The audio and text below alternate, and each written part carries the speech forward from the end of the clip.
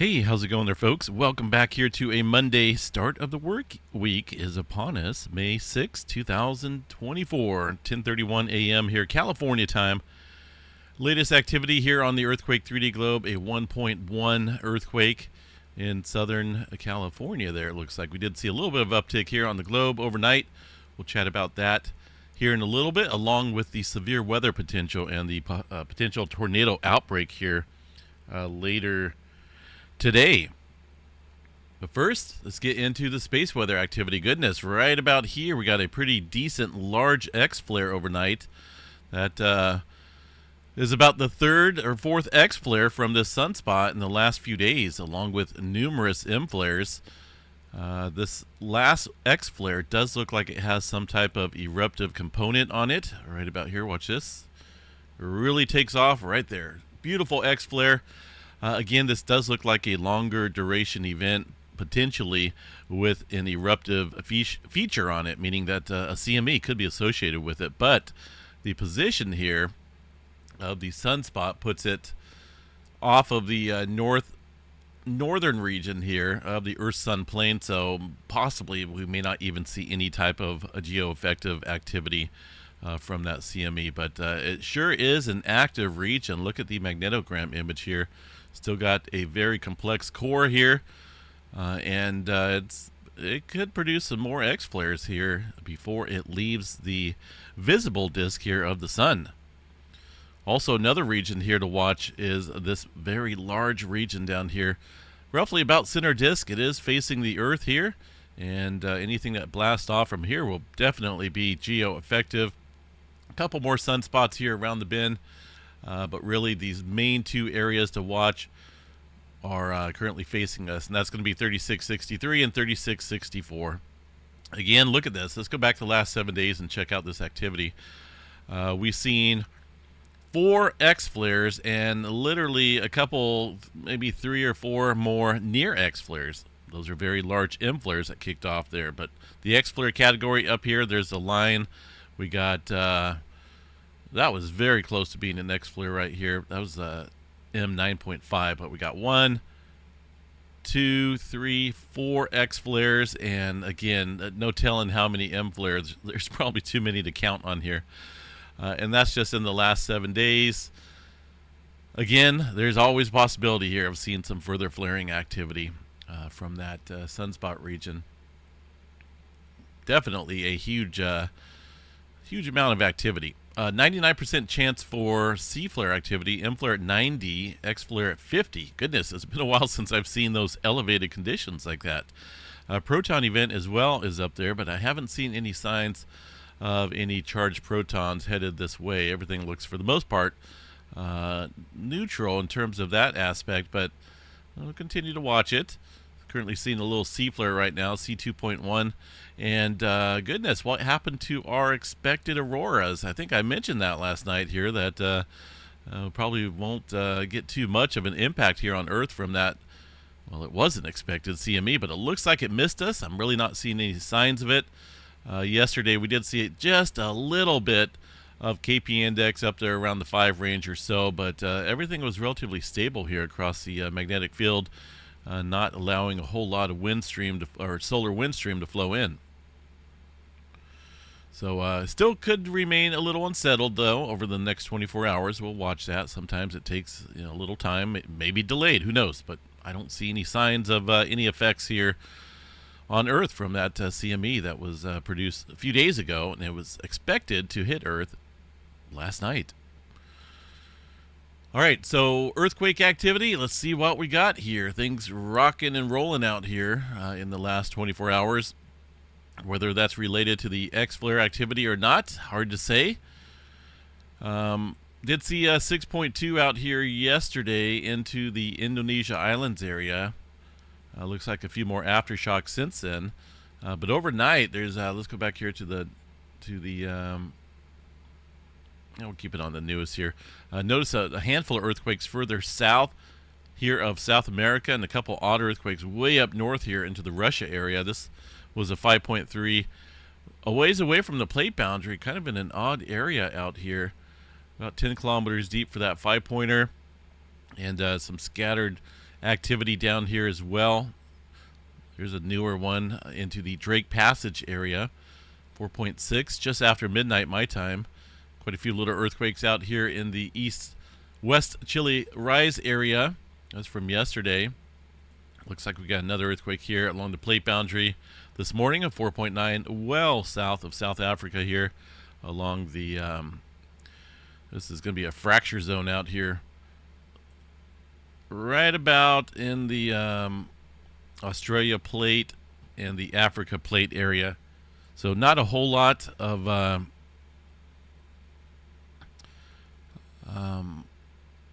large-scale activity down there, but definitely getting some divergent movement. And those are separation of the plates here, separation of the seafloor, slowly, obviously. But that could add some further strain up here across the areas listed on that map. South America definitely got a handful of earthquakes in here as well. Looks like a 4.8, 8 o'clock this morning. Fairly shallow.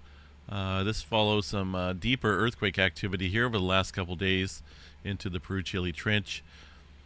Let's go ahead and check out the west coast area here, Southern California. See what's going on here. Most of the movement does look like it's confined here mainly to Southern Cal, with a handful of smaller quakes. I don't think we've seen anything overnight in terms of larger movement. The 2.5 map literally removes all of the earthquakes here across California. Up into the Utah area, still seeing some shaking going on up here. Got a little swarming going on here across the Bluebell study area. Some of these earthquakes very shallow, some somewhat deep as well. So we're getting a handful of various earthquakes and magnitudes and depths there. 4.4, the largest in the last 24 hours. Now, if we go back the last 7 days or so, that adds a few more earthquakes here, about 29. And if I remember right, let's see, let's go back even further. All right, so I guess that's about it, though. 29 earthquakes or so. 30 earthquakes in the last week. The majority of those look like they were coming in yesterday. And let's see what we got for satellite imagery out here. I'm not for sure what that study area is.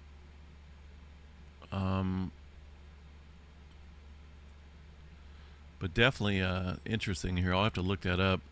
Either way, this region of earthquakes that we're seeing here today has seen some larger earthquake movement historically here. It doesn't look like it's associated with any named fault systems here on the map. The nearest one's going to be the North Promontory Fault, and this is where the, I believe a 6.6 struck back here some time ago. It's been quite a few years, but as you can see, throughout the Great Salt Lake City area, quite a few numerous faults out here. Again, not for sure what that Bluebell study area is. If anyone knows, let me know in the comments. Kind of interested about that. Either way, we'll continue to watch that, right? A little bit of earthquake swarming there. And as always, there could be some further movement behind all of that swarming. Up into the Idaho area, quite a bit of earthquake activity as well. Near Stanley, Idaho. A couple twos and some ones out here off of the Sawtooth Fault Zone. Yellowstone National Park, nothing showing up here, but let's verify. Just verify, make sure. There's that 4-pointer from yesterday showing up on the USGS, or on the Yellowstone map here. That's going to be the red distinct signature across all of these seismograph stations, the ones that are properly working anyway. Some of these other ones are not picking up those distant earthquakes. But aside from that, local seismic activity, very limited. Not a whole lot going on here across the Yellowstone area in terms of earthquake activity for now. Out across Southern Plains area, goodness, we're going to check the weather out here in a minute. Earthquake activity confined mostly to the oil fields out there across the Texas and Oklahoma area. New Madrid seismic zone over here, pretty quiet. Got a couple earthquakes here around Tennessee and the North Carolina region. Nothing big. A couple ones and twos, and the New Jersey area looks pretty quiet up there for now. Hawaii, let's see what's going on here across the Hawaii area. Looks like we got a little bit of swarming kicking back up here across the Kilauea Volcano area. Some twos and ones out there, so let's go double check, see what's going on there from the USGS volcano site. Pending they're working. Are they? Yes, but they're awfully slow here. What's going on there? Okay. Kilauea Volcano still sitting at a yellow here. An advisory. This update was put out yesterday, so no new update as of now. But they are doing daily updates because of the elevated earthquake activity and elevated inflation there across the region. Boy, their network is extremely slow right now. There's our inflation event the last 2 days coming up after a little period of stationary activity. These are the inflation charts here. Notice over the last month here, we're going up and up and up. And if you look at the last year or so, we're pretty much matched up with our previous inflation level back in January of this year, prior to the large displacement of magma. That's a huge drop right there. Seen a whole bunch of magma displaced from the summit off to the southwest rift zone, and now we're coming back up in terms of the inflation activity. So things could get active here real soon. We'll definitely keep an eye on it. Let's go check out the seismograph stations here, see what's going on for ourselves, and we'll see if this one's working, which it is. Does look like they were offline for a good portion of the night, though, yesterday.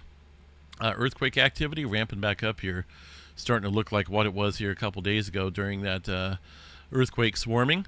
There's a lot of earthquake activity here on this seismograph station, as shown, as you can see, and a lot more than what is being reported out here across the area. Got about 13 reported earthquakes out here, but as I've shown you, there's probably double that or triple the amount of quakes out here. So keep an eye on that region for some, obviously eruptive activity here soon. Over here across Taiwan region, got a little bit of movement, 5.6 and the 5.4 in that area where we had seen some swarming here recently. But right now, not a whole lot of swarming, just some earthquake activity. But this area I still think could see some larger movement. I mean, we've seen a lot of earthquake activity over here in the last month or so. And this doesn't even cover the activity prior to that 30 days. So, there's a lot. 125 decent sized earthquakes out here. Doesn't show that 7-pointer. Right now just shows a lot of 5s, 4s, and some 6s out there over the last 30 days, but there's a lot more. All right, let's move on here. See what's going on across the rest of the globe, across the rest of the map here. Mediterranean fairly quiet today. Up around Iceland, got a couple of earthquakes, it looks like, north there of the region. Looks like they had a 3.9 there in Africa area.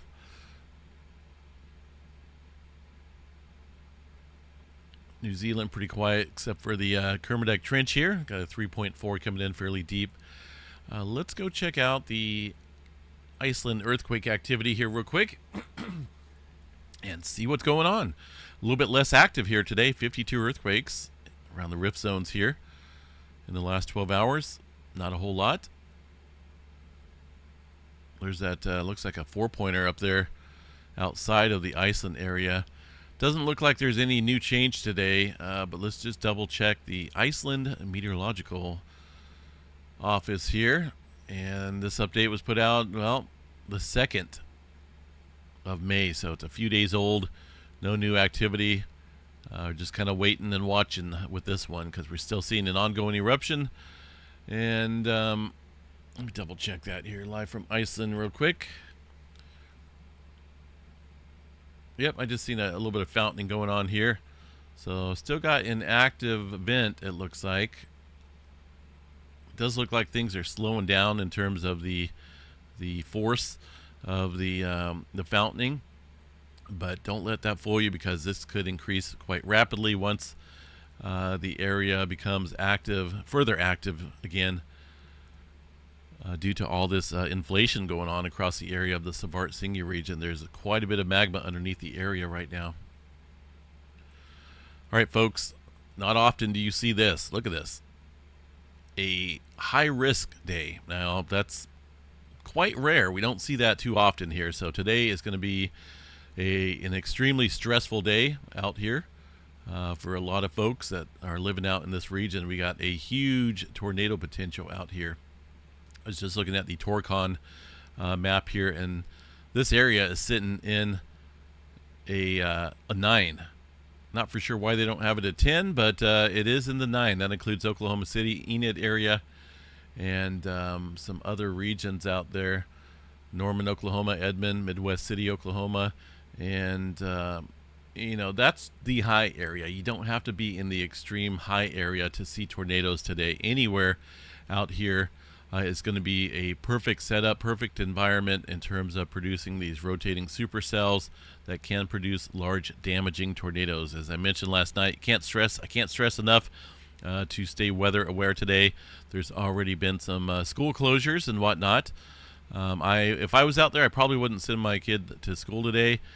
These storms will probably fire up, though, afternoon time, starting off to the west and work their way to the east in the late afternoon. I think the Oklahoma City area will start seeing the storms around about 4 to 5 o'clock or so local time, and it could go into the evening as well. So this is going to be a huge day for the severe weather potential. So not only do we have the extreme tornado activity out here potential, we also got some large damaging wind gusts from those storms and some huge hail up to about 3 inches or so.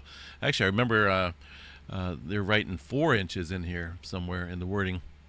I seen that last night. So 3 to 4 inches in diameter. That's huge. So all it takes is one of those to make a hole in your roof or in your window. So heads up for that. Just one of these days here where you should probably, make sure you have a plan. A lot of times these tornadoes can rip through a town without even having the tornado siren blaring. So don't strictly just rely on the tornado warning or the tornado siren.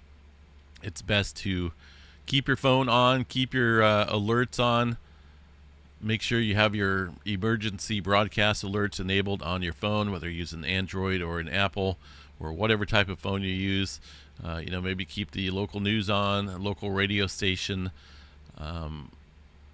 Just be mindful of the weather today. You don't need me from California, some guy from California here telling you guys out here in Tornado Alley to be weather aware, but still, it's best to get the word out here as much as I can, and stress the importance of staying weather aware today out here in the region.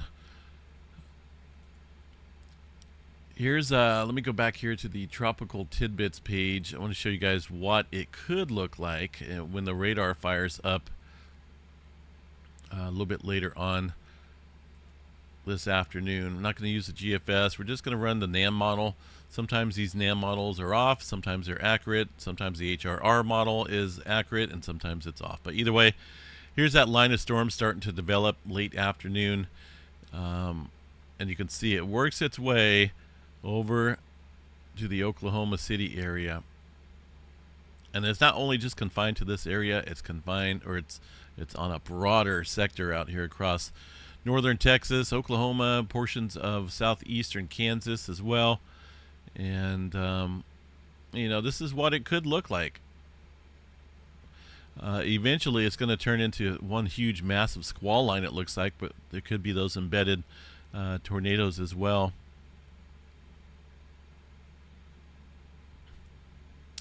So that is 6, 7, 8, around 8 o'clock or so, valid UTC time, 02. So like I said, this is going to be a late afternoon. Early afternoons, there's going to be storms firing up here to the west, but they're not going to start getting severe until around 6 o'clock or so as they work their way eastward. And let's hope that things are going to be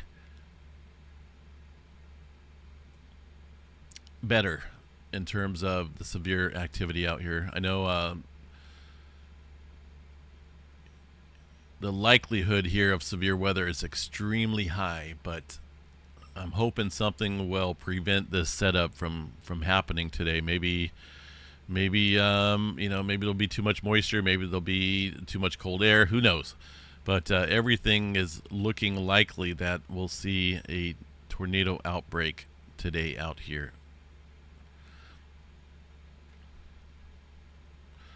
So the quick summary: a regional outbreak of severe weather with multiple intense EF3 plus tornadoes, long track tornadoes, as well as very large hail and severe thunderstorm gusts is expected over parts of the south central plains from this afternoon through evening. So, the wording out here is extreme, but they're being truthful about it. The potential of severe weather and tornado activity exists today.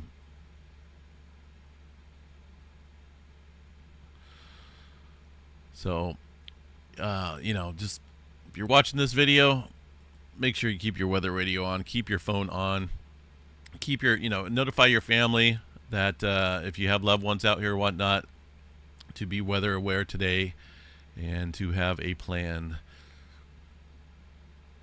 Let the kids know, this is going to be a late afternoon deal.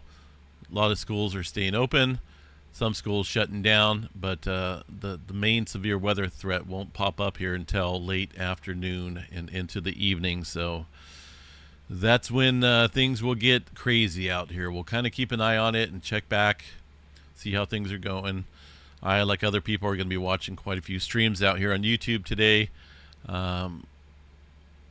as there's quite a few storm chasers out there going to be covering this. But we don't want this to turn into anything potentially deadly. The storm chasers, obviously, I've been doing it for quite a while as well, but I've seen what can happen here. Unfortunately, it didn't happen for us a couple weeks when we were out here chasing these tornadoes at night. Not the best thing. We were actually behind the tornadoes, which was good, better than being in front of them. But when we were out here during the day, there was literally hundreds of storm chasers on a 2-lane road. These roads probably only see a car go by maybe once every hour, but there was hundreds of cars on 2-lane roads in the back countries throughout Oklahoma. And I started thinking, man, what would really happen here if we had a huge tornado pop up and everyone's driving 20 miles an hour with back-to-back traffic? Everyone out there would be hit, and it would be a devastating incident. So today's going to be worse with the amount of traffic out there. I've seen a lot of storm chasers are just going to stay home because of that specific potential hazard of other chasers out on the road. There's just every storm chaser is going to be out here today trying to catch these big tornadoes, and that in itself can be more dangerous than the tornado, just because of the traffic and getting stuck out there during something big. So anyway, please stay safe. Hope the best for this area today. I was just out here. Kansas area is included in it up here as well. It looks like that's around Pratt area, down to Oklahoma City. The Sulphur, Oklahoma area is in here just outside of this zone, but anywhere in this hatched area is where the big-time tornadoes can take place. It's just the perfect timing. Central portion here is where most of the dynamics are set up to produce, more of a likelihood of a large, damaging, long-track tornado. So it's there. It's definitely there. The threat exists, and it's about as high as it can be. So please stay safe out there. Be on guard. And we'll catch you guys back out here a little bit later on this evening. A little spike of an earthquake there in SoCal. Aside from that, everything looks fairly quiet for now. Not a whole lot of large-scale movement. I mean, we've seen that 6-pointer yesterday. Aside from that, couple 5s and whatnot. Really no major elevated activity following the X-flare activity here. Just a typical day, it looks like. Quite a few 4s and 5s aside from that 6-pointer early yesterday. We'll catch you guys back out here a little bit later on, folks. Stay safe, and again, stay weather aware.